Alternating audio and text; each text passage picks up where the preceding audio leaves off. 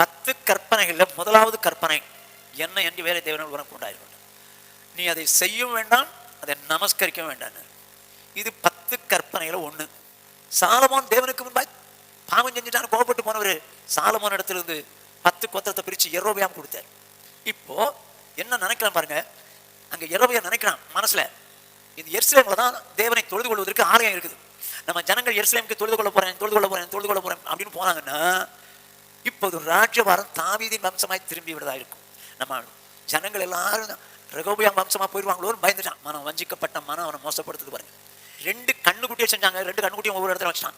வேதம் சொல்லுது தேவனுடைய குடும்பத்தை ஒண்ணு இல்லாம நாசமாக்கிட்டே. அருமையான சகோதரனே சகோதரியே, யோசிச்சுப்பார். வேதம் ஒன்னா சொல்லும் போது அது அவருடைய மனதில் உள்ளது. ஆனால் அவருடைய மனதில் உள்ளதை நீயும் நானும் எசைஞ்சு செய்யற மாதிரி இருக்கணுமே தவிர, நம்ம மனசுபடி போனா மனசுல வஞ்சிக்கப்பட்டு விட்டோம், நம்முடைய மனம் நம்மளை வஞ்சிக்கிட்டு மோசம் போக்கிட்டுன்னு அர்த்தம். ரொம்ப கேர்ஃபுல்லா இருக்கு.